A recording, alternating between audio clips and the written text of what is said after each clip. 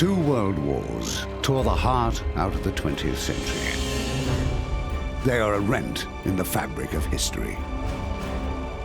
The First War set the stage for the second in many ways, through ill-considered borders, economic burdens, national resentment, a prescription for reckless dictators, and an impossible peace.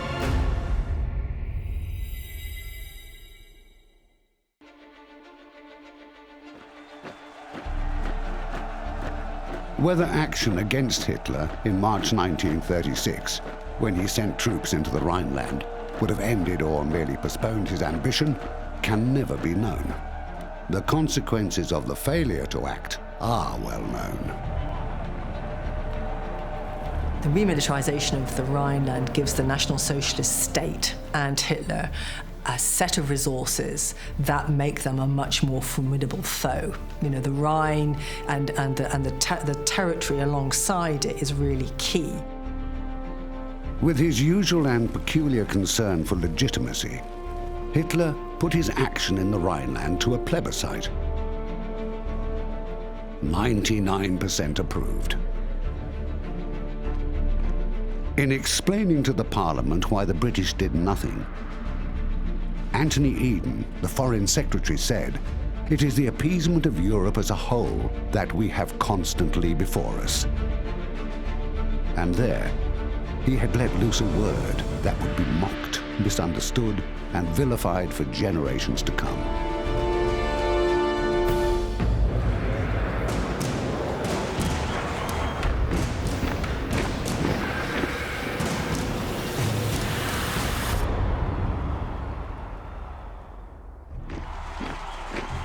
The militarization of the Rhineland seemed to the British to be a case of German troops marching onto German soil. Lord Lothian comfortingly remarked that the Germans were only going into their own back garden. But he was not looking at the map, and so failed to realize what a blow this was for France, whose eastern frontier was suddenly exposed. The incident which really crystallized, I think, people's view was the reoccupation of the Rhineland. And it was perfectly clear that the British were not going to respond, and nor were the French, to this flagrant breach of Versailles and of the Treaty of Locarno. France was hamstrung in what actions she could take to meet the new threat. Between May 35 and June 36, as much as 13 million francs was exported from France. Speculators thus denied the French government the legitimacy of true political independence. Monsieur Serra's government resigns, and the first 100% socialist premier takes office in France amid a fever of strikes. When Léon Blum announced his Popular Front government on June the 5th, a deputy from the Ardèche could only marvel. Who would have believed, Xavier Valla asked, that this old Gallo-Roman country would be governed by a Jew? The newspaper, Action Française, habitually referred to Léon Blum as the circumcised Narbonnais. He represented a constituency in Narbonne.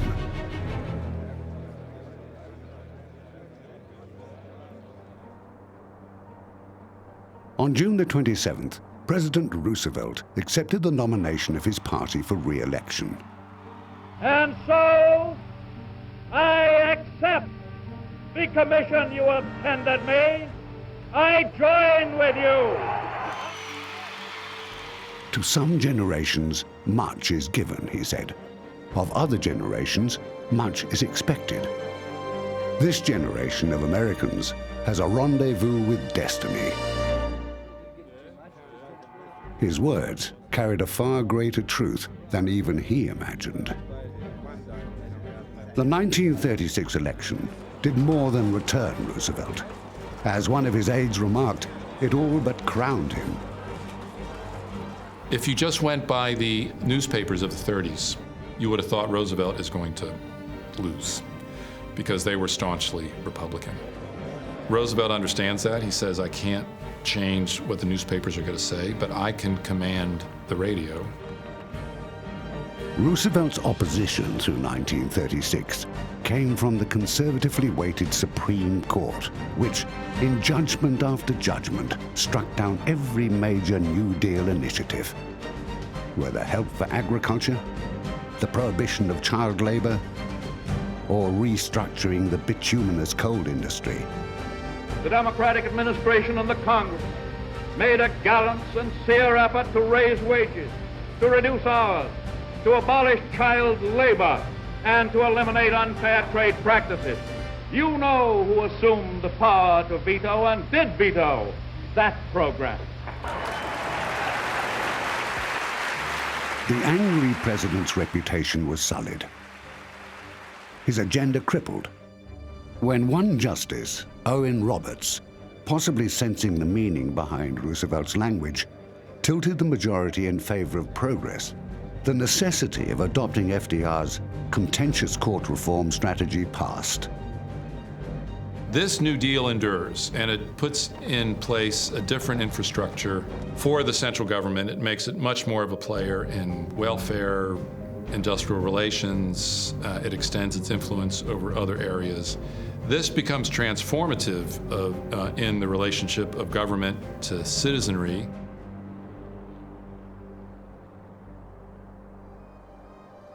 There were no such checks and balances on Stalin's assault on his people. It has been said that the Purges launched in 1936 were the Stalinist version of civil war. Because patronage played such an important part of getting anything done in the Soviet system, the reason why this process becomes so murderous is because once you start pulling out one leader, you then have to pull out what the contemporaries would have called their tail, the patrons, their clients, the people they'd put in various positions.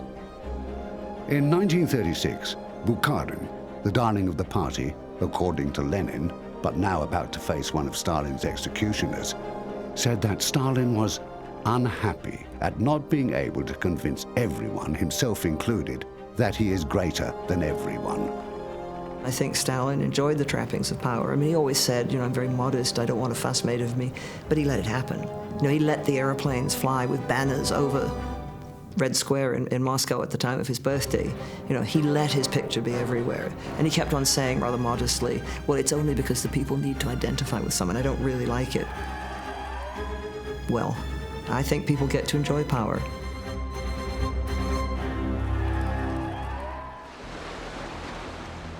When under the heavy impact of the Great Depression that had started in 1929, the tide began to turn away from democracy.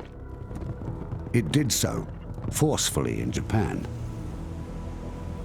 Anticipating all-out war following the Army's provocation of the Manchurian incident, the Army and Navy resisted towing the line drawn by party politicians and strongly opposed further development of party politics. They undertook an unabashed propaganda campaign aimed at turning the people against party-led government. In the 1930s, you get this concept of the Greater East Asian Co-Prosperity Sphere, whereby Japan sees itself as controlling areas which can then provide it with the raw materials and some of the energy that it needs, and in return they will export finished goods. In China, in December, Kuomintang leader Chiang Kai-shek was kidnapped by two of his own generals, the Xi'an incident. Following negotiations, he was released, having agreed that he would stop fighting the communists and join them in resisting the Japanese. Within months, the Japanese would launch a full-scale invasion. There was more pluralism. There was more opportunity for people to debate new ideas, both about how the war should be fought, but also about the kind of society that would be constructed after the war was over. In those terms, the Japanese invasion was one of the most profound political shocks to China of the entire modern era.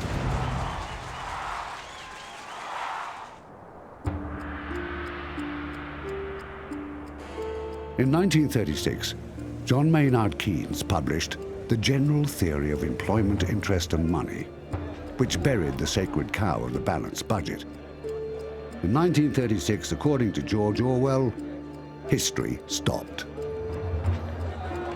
H.G. Wells wrote Things to Come in 1936.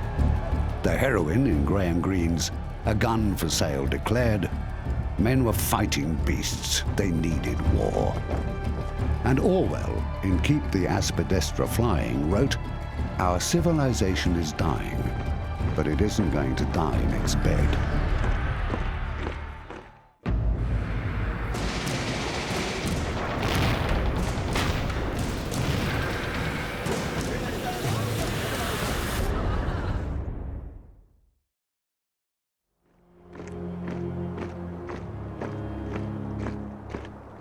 The threat of German nationalism, which Britain and France appeased, is portrayed often as the only disruptive issue which those countries faced.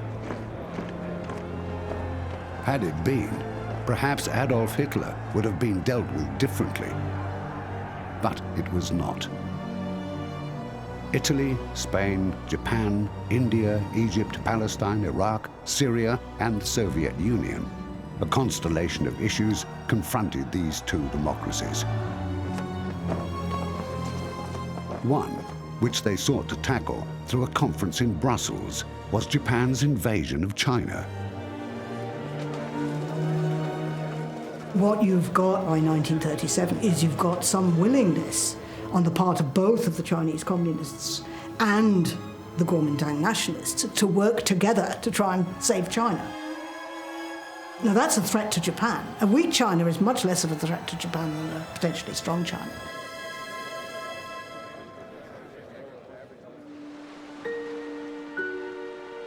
Japan's defense budget had risen from 465 million yen in 1931 to over 1 billion in 1935 and 3 billion by 1937.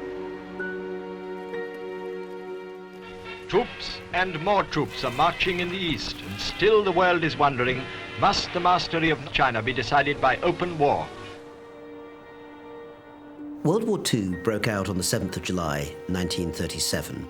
This is not a date that European historians generally attribute to this event, but I think there is a very strong case that actually the Second World War began in Asia, and particularly with shooting between locally garrisoned Chinese and Japanese troops at a bridge called Lugotiao, known in the West as the Marco Polo Bridge. There is skirmishing here and there and a tenseness as civilians wait and soldiers watch. Does each dawn bring the storm nearer, or will it die away beyond the horizon?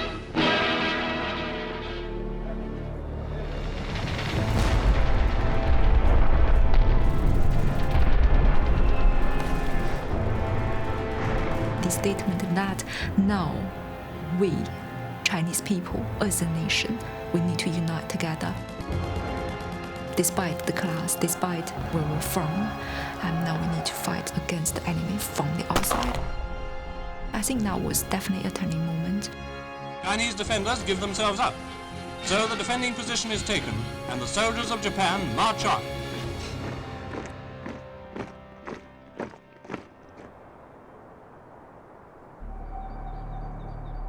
On November the 15th, 1937, the Nine-Power Conference adjourned. Its declaration rejected Japan's euphemistic characterization of its invasion of China, noting the reality and believing that the declaration described the essential realities of the situation, which was that Japan had launched an unprovoked, undeclared, full-scale invasion of China. The Brussels signatories admitted to finding it difficult to understand Japan's persistent refusal to discuss a way forward. And with that, they all went home. The onset of full-scale war with China, some say to some extent it's a cock-up. They don't bring it under control.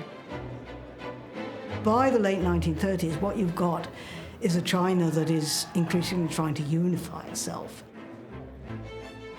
The potential for conflict was always there. If you have troops on the ground on both sides, the potential for conflict is there.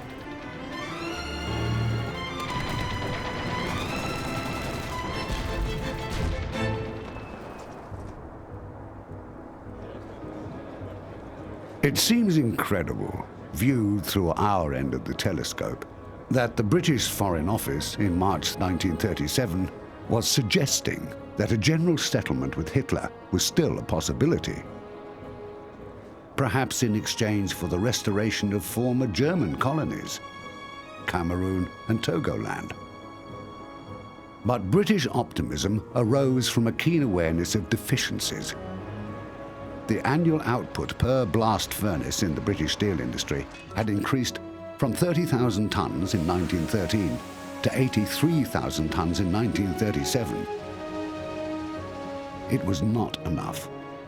By then, the figure for Germany was 125,000 tons.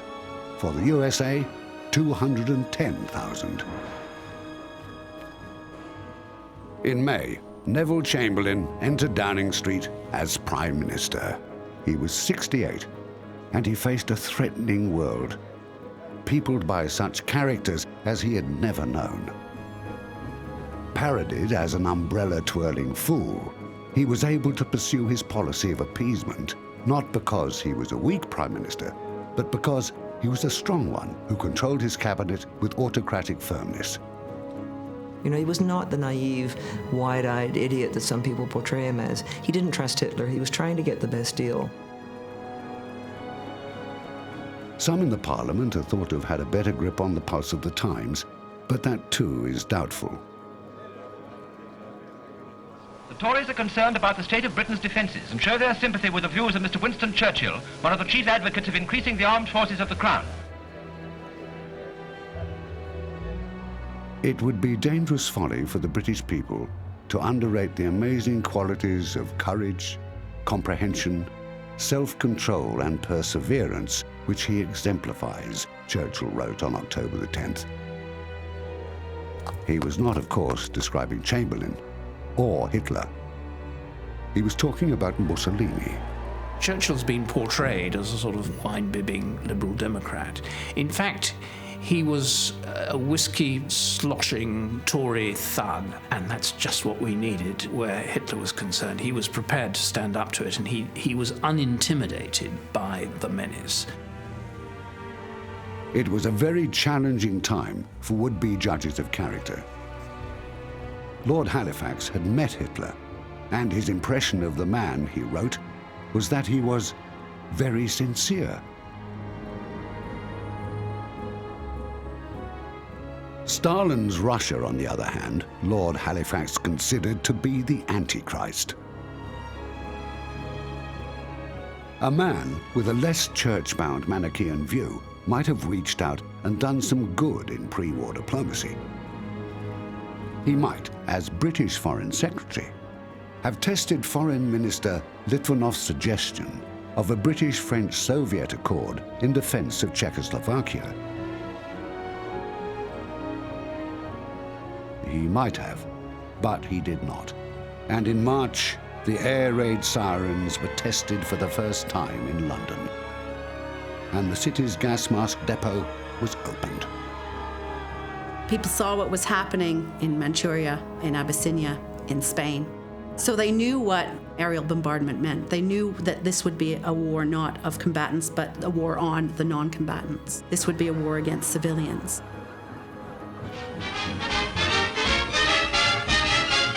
Carry your gas mask, because you never know where you'll need it. Certainly an excellent way of getting to know your respirator, but maybe it's not so good a way of getting to know your partner.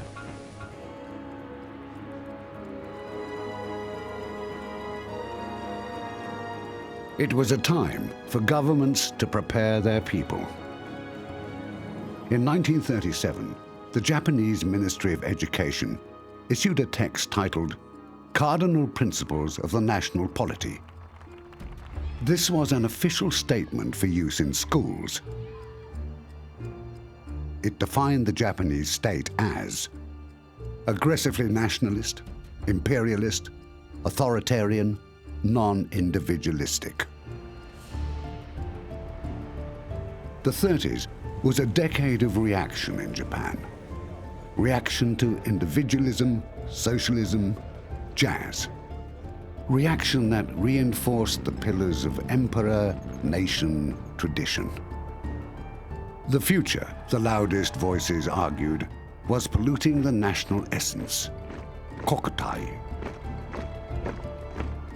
What was needed was the establishment of a new order, Jinchitsujo.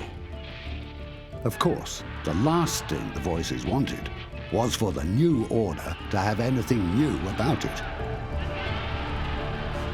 In July, the Japanese parliament approved a 2.5 billion yen rise in military spending and mobilization laws that gave the now totalitarian state control over the economy.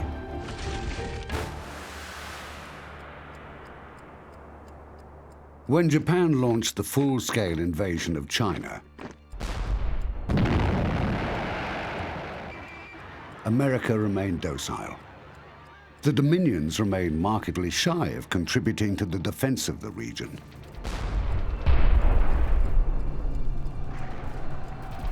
And the British service chiefs told the Prime Minister they could fight Germany in Europe and/or Mussolini in the Mediterranean and/or Japan in the Far East.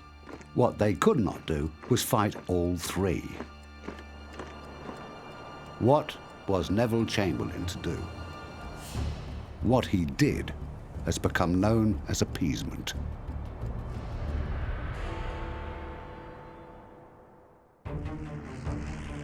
What Japan did was vent its fury against the Chinese, who had not succumbed in a few weeks, as they expected. Their aim was deadly, and unrestricted bombing of civilians became a Japanese trademark.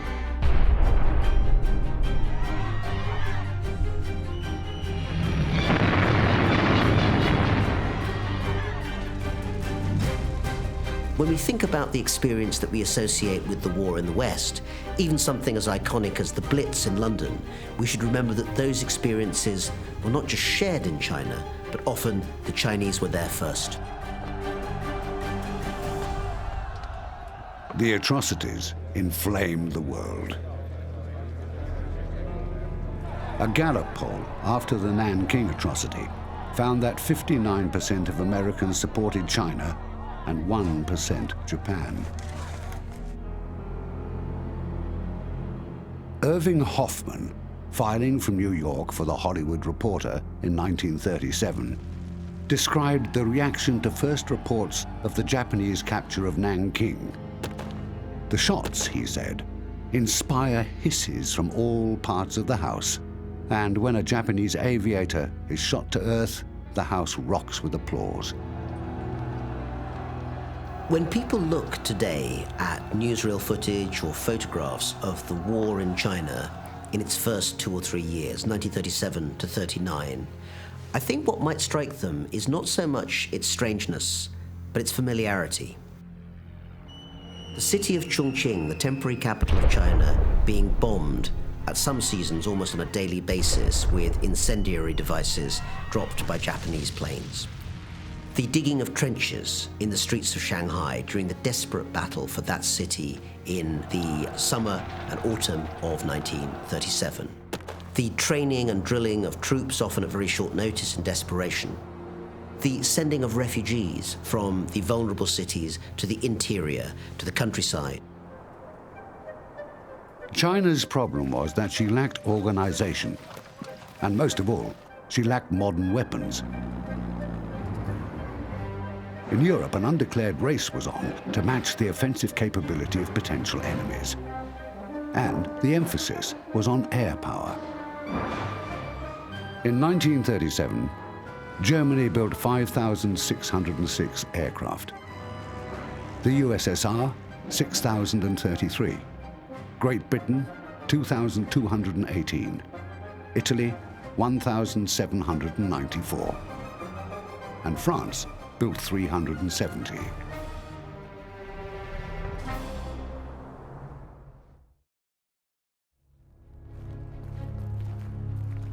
France had poured a huge sum and all of her hopes into the defensive barrier called the Maginot Line. The Maginot Line, believed by the French to be impregnable. They fondly think that this mighty barrier of underground fortifications makes them safe against German attack. Many notables, like Premier Daladier, visit the fortifications. France, deluded, is Maginot-minded.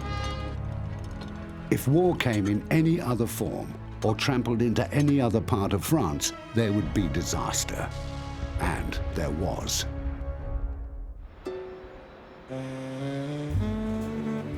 But there was always something about France that did not quite seem to have a grip on the real reality. It was still the center of life and letters, the fashion capital. In 1937, Cristobal Balenciaga, the man Chanel said was the only couturier, the rest of us are just dressmakers. And Dior, acknowledged as the master, opened his salon and, as Piers Brendan put it, the franc was allowed to float, and it sank.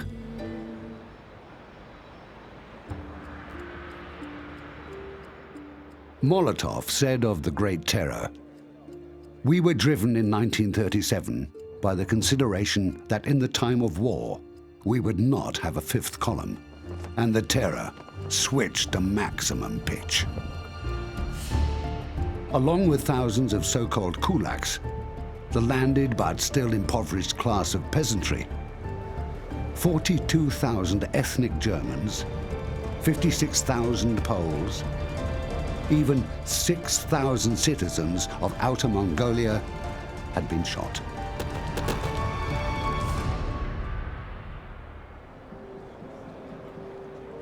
An insignificant number compared to the victims of the forced famine in the Ukraine, or the much worse that was to come. Stalin had also purged the Red Army, killing 13 out of 15 army commanders, 50 out of 57 corps commanders, 154 out of 186 divisional commanders, and 36,000 other officers. Of the 80-member Supreme Military Soviet, 5 survived the 1937 purge. Stalin probably was a monster, right? You wouldn't be wanting to invite him to your dinner parties. But Stalin's historical reputation in Russia today does rest on the fact that Russia today considers that there were positive and popular achievements of Stalin. But if everyone is supposed to have betrayed one man, asked author Eugenia Ginsburg, who spent nearly 20 years in the Gulag, isn't it easier to think he has betrayed them? On November the 22nd, the Chicago Tribune published a story filed from Berlin. It said, "A famous Viennese specialist has disclosed what he claims is a record for going through the spookiest experience in modern doctor's practice. He was called to Moscow to treat dictator Joseph Stalin, but he declares that when he got there, he was confronted by 6 silent and almost identical men, all wearing the same kind of moustache as that worn by Stalin. The specialist treated all 6 of them for 10 days, 3 times in succession. He returned from his 3rd trip last month and still does not know which of his patients was Stalin." This was the absolute ruler of the USSR.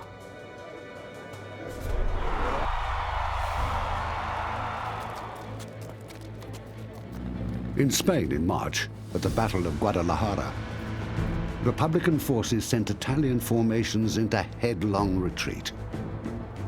When the Italians were smashed, everything unflattering that had ever been said about Italian soldiers was said again. Foreign correspondent H.R. Knickerbocker claimed that they fled lock, stock, and barrel organ. Mussolini could hardly boast, though it would have been true, that amongst the victors of Guadalajara was the Italian anti-fascist Garibaldi Brigade.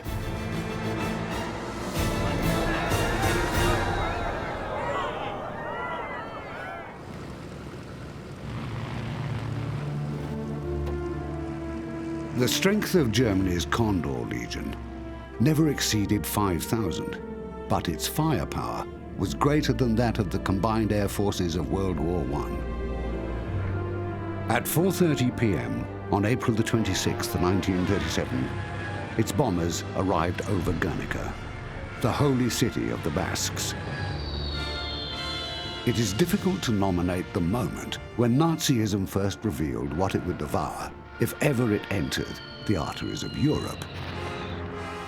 But perhaps it was this action of which Hermann Goering said Germany could not do otherwise, as we had nowhere else to try out our machines.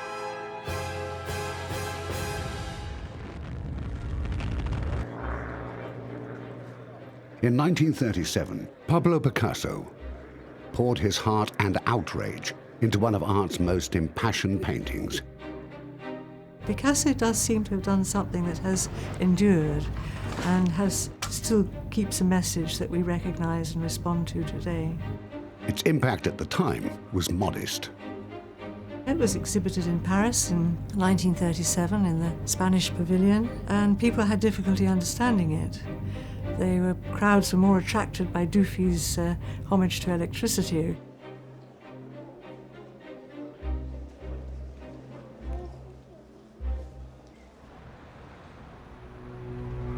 On Memorial Day 1937, the last Monday in May, an unarmed and well-behaved march of American strikers and their families moved towards the Republic steel plant in Chicago.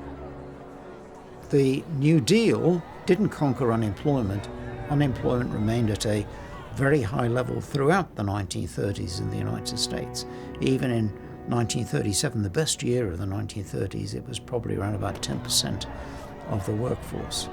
The strikers' path was blocked by 500 police, whose captain yelled, "You dirty sons of bitches, this is as far as you go." 9 were killed, more than 100 wounded, many shot in the back, as Exhibit 1463 at the Senate committee hearing proved. On September the 12th in Chicago, FDR delivered a speech calling on countries to quarantine the nations that were causing what the president described as international anarchy and instability. But who did that leave out? I have seen a war on land and sea. I have seen blood running from the wounded. I have seen men coughing out their gasped lungs. I have seen cities destroyed. I have seen children starving. I have seen the agony of mothers and wives. I hate war. In India, 1937 was the year when limited reform began to bring some Indians into government. The first elections were held in 1937 in India on this new constitutional basis, and it brought Congress governments into power in the majority of the provinces.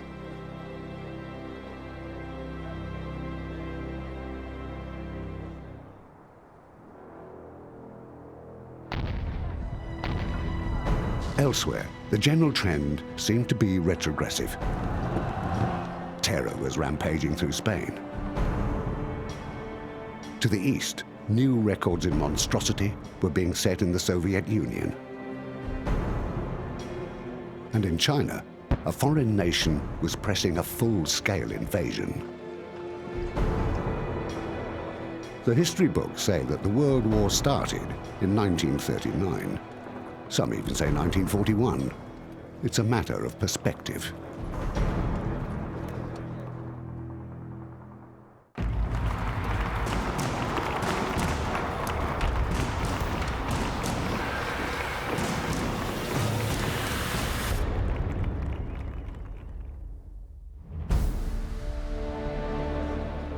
On March the 16th, the Italians launched an effectively unopposed air raid on Barcelona that killed 1,000 and wounded twice that number.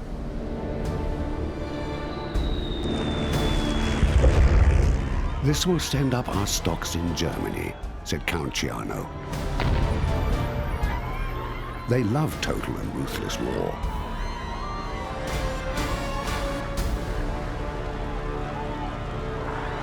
In Barcelona, by then serving as the Republican capital, the death rate for children and the elderly had doubled by 1938.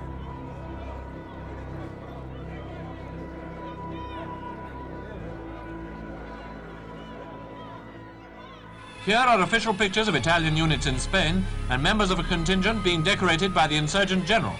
Very hush-hush has been the attitude over the presence of these foreign volunteers. Their numbers have never been published.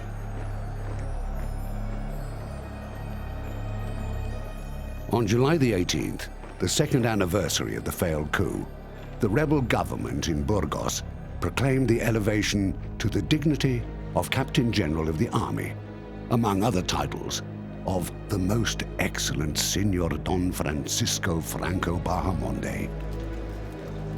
There are aspects of Franco that go beyond anything Ruritanian, that are pure comedy.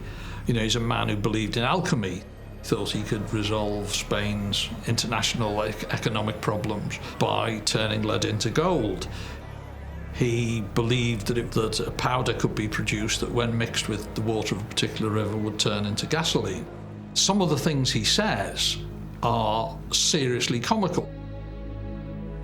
The significance of Franco's appointment would not have been lost on the Spanish establishment, which would have recognized Captain General of the Army as a rank reserved for the Spanish monarch. There's also a seriously terrifying side of a man who has no compunction about murdering large numbers of his compatriots. If we compare what is comparable, a higher percentage of the Spanish population was killed by Franco than the German population was killed by Hitler. So I'm not a fan.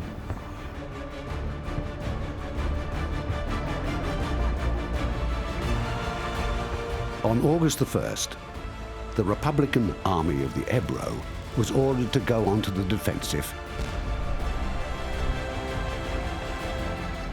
And when at 4:30 a.m. on November the 16th, the last survivors of the 35th Division recrossed the river, the Army of the Ebro had, in any meaningful sense, ceased to exist. And so, if it had not already vanished, had any prospect of a military victory over the nationalists. Anywhere. Ever.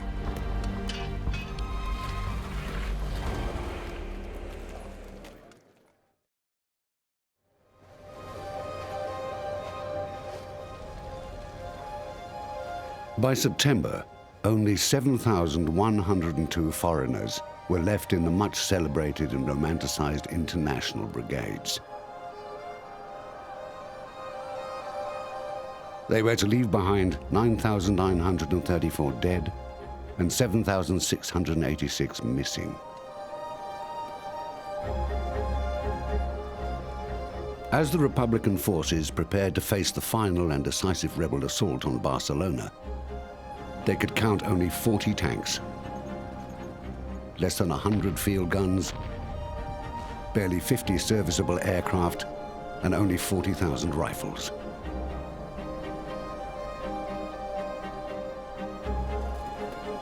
The 340,000 troops opposing them could depend on the support of 300 tanks, 1,400 guns, and 500 aircraft. December the 23rd was bright and cold. The nationalist offensive against Barcelona was launched.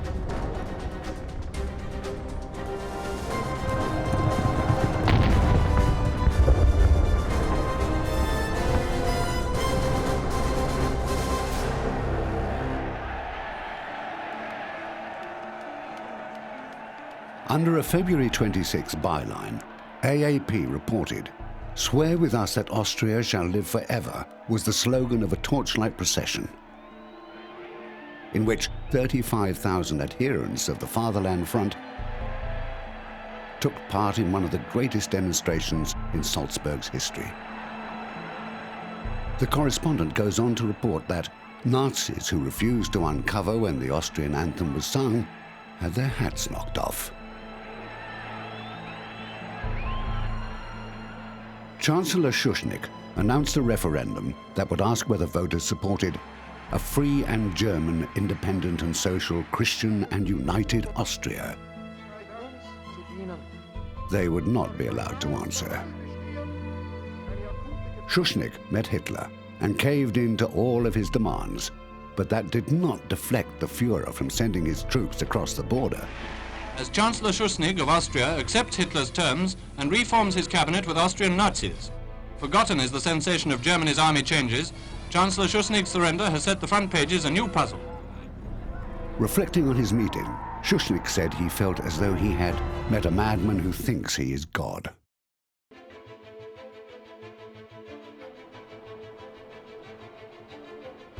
The German invasion and forced annexation of Austria, the Anschluss, took place in early March. Germany got land and people, and Austria's gold reserves, which were 4 times those of the Reich. Following the Anschluss, and in the aftermath of terror unleashed against the Jewish population, so many Viennese Jews committed suicide that the city's gas company temporarily suspended supply to Jewish households.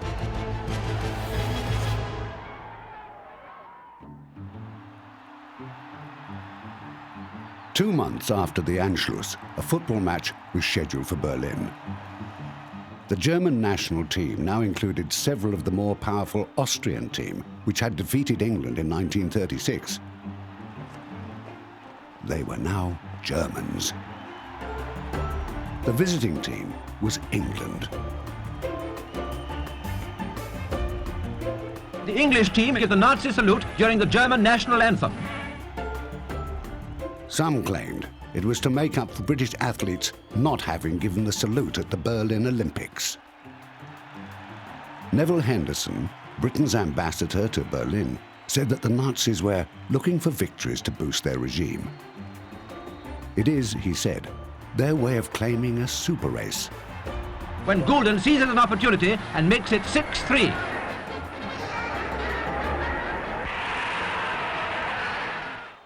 Because of Spain, Ethiopia, and other pigeon-chested posturing, Italy, between 1935 to 1938, spent almost as much of its GDP on military matters as Germany, and about double the proportion expended by Britain and France.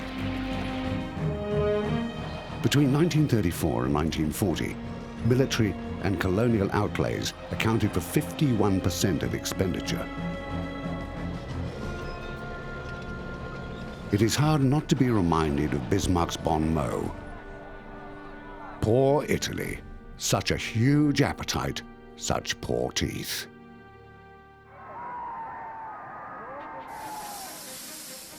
In early May, Hitler, with an entourage of 5,000, made his second visit to Italy. A very different figure from the fresh-minted junior partner of his first tour. Hitler makes his triumphant progress towards Rome. At the specially built Ostia station, the German dictator is met by the King of Italy. Only after royal greetings is the Mussolini handshake forthcoming. Mussolini stands on the flagship to welcome them as Minister of Marine, and it's on with the review. Mussolini told Ciano that he was sure the Führer, to defeat his natural pallor, was wearing rouge.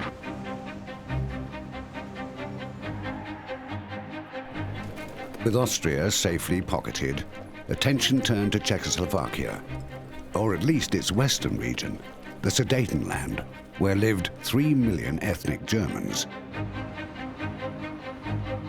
These are the people whose aspirations are the present cause of the world's jitters. Sudeten Germans whose desire to become part of Hitler's Reich is so keen that they leave their homeland to form a free legion in Bavaria. Hitler, of course, was very clever at sounding very moderate. You know, we just want to protect our fellow Germans. There are all those Germans in Austria. Why shouldn't they join with us? What about national self-determination? They want to join with us.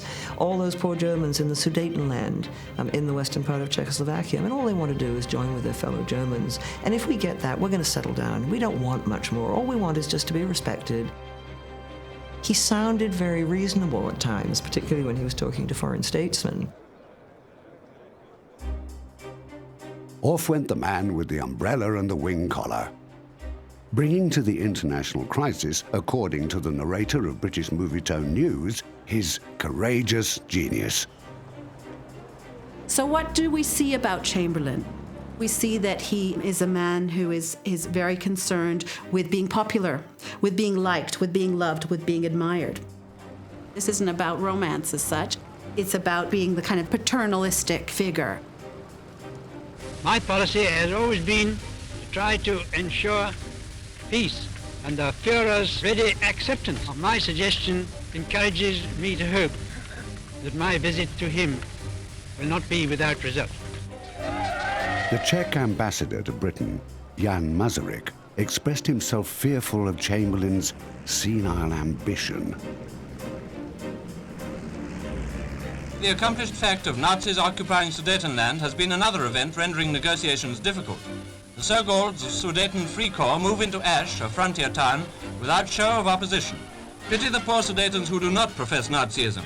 Communists or socialists, perhaps, they are rounded up and taken away in lorries. Czechoslovakia had been assembled from Bohemia, Moravia, parts of Silesia, Slovakia, and Ruthenia, the sub-Carpathian Ukraine. It was enfolded on three sides by Germany. The handbook of the Royal Automobile Club was already describing both Austria and the Sudetenland as provinces of Greater Germany. As Chamberlain flew to Berchtesgaden, a bumpy storm-tossed flight of 7 hours, the Prime Minister was 69.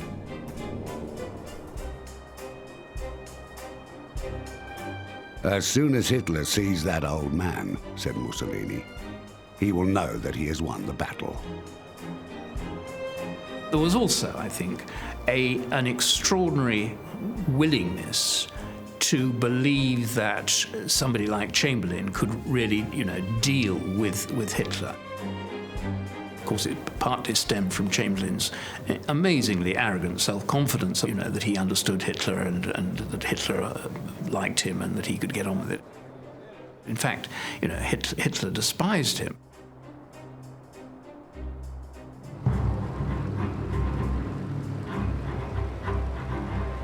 I've come back again rather quicker than I expected. In a few days, I'm going to have another talk with Herr Hitler. Only this time, he has told me that it is his intention to spare an old man another long journey. Perhaps Chamberlain's greatest mistake was to think that he stood atop the world's most powerful empire, and that was weight enough to press against the dictators. It was not. And a greater effort, an effort, to bring the American and/or Soviets and/or the Japanese into the process may have had an effect.